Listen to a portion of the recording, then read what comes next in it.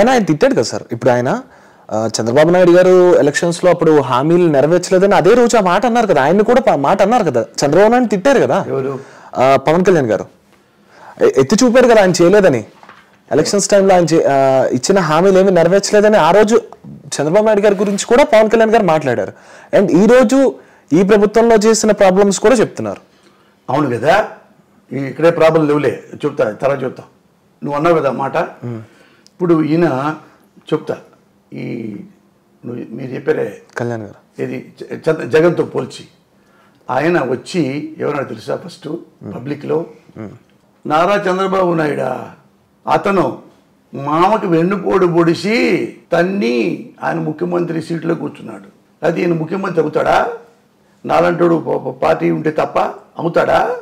ఈయన వెన్నుపోడు పొడిసి ముఖ్యమంత్రి అయ్యాడు. ఇతని గురించి నాకు తెలీదా అన్నాడు. చెప్తా విను, ఇంకా చెప్తాను.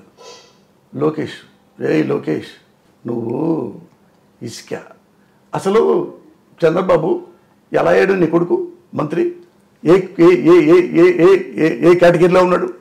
ఎమ్మెల్యే అవ్వకుండా ఇస్తావా నువ్వు? నీకు ఉందని చెప్పి ఇస్తావా? ఇద్దరు మంత్రుల పదవులు ఇస్తావా? 2 మంత్రి పోస్టులు ఇస్తావా? తిని తిని తిని కోట్లు 100 కోట్లు పంది కుక్కలో తినేసేసి పైన మీ తాతకు చూపిస్తే ఏంటి మనం మొయ్యాలా తెలుగుదేశానికి? ఇంకా మనం అంతా కలిపి అంటే మన కాపులు అంతా కలిపి మొయ్యాలా? ఎన్నాళ్ళు మొత్తం ఈ తెలుగుదేశాన్ని ఇట్ట కొడతా కుంభస్థలాన్ని కచి అని ఎన్నిసార్లు చంద్రబాబుని తిట్టాడు, ఎన్నిసార్లు లోకేష్ని తిట్టాడు, ఎన్నిసార్లు బాలకృష్ణని తిట్టాడు. అలాగే నా కొడుకు అనుకుంటారా కాపులు అంటే? ఇవన్నీ అన్నాడుగా. ఇవన్నీ అన్నవాడు ఎందుకే చేరాడు అక్కడికి వెళ్ళి?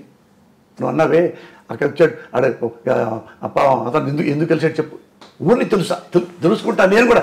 సార్ ఇప్పుడు తెలియదు చాలా ఉంటాయి, ఇంకా నేను తెలియ చెప్పు. ఎందుకంటే ఎవరైనా లీడర్, ఈయన దగ్గర 10 మంది ఉండొచ్చు, ఆయన దగ్గర 100 మంది ఉండొచ్చు. 10 మంది ఉన్నా లీడరే, 100 మంది ఉన్నా లీడరే. పెద్ద లీడరు సార్. ఆయన ఇష్టపడే వాళ్ళు కొంతమంది ఉంటారు కదా సార్, దాని గురించి నేను మాట్లాడుతున్నా. అంటే ఇప్పుడు సూపర్ స్టార్ కృష్ణ ఉన్నాడు, మనిషి మంచోడు, చాలా మంచోడు. ఎందుకు ఓడిపోయాడు ఎలక్షన్స్లో? అలాగే మీకు తెలుసు, నీ మద్రాసు కూడా తిరుగుంటావు కదా నువ్వు. ఎంజీఆర్ సూపర్ ఆర్టిస్టు, చాలా మంది ఫ్యాన్స్ ఉన్నారు, ముఖ్యమంత్రి అయిపోయాడు.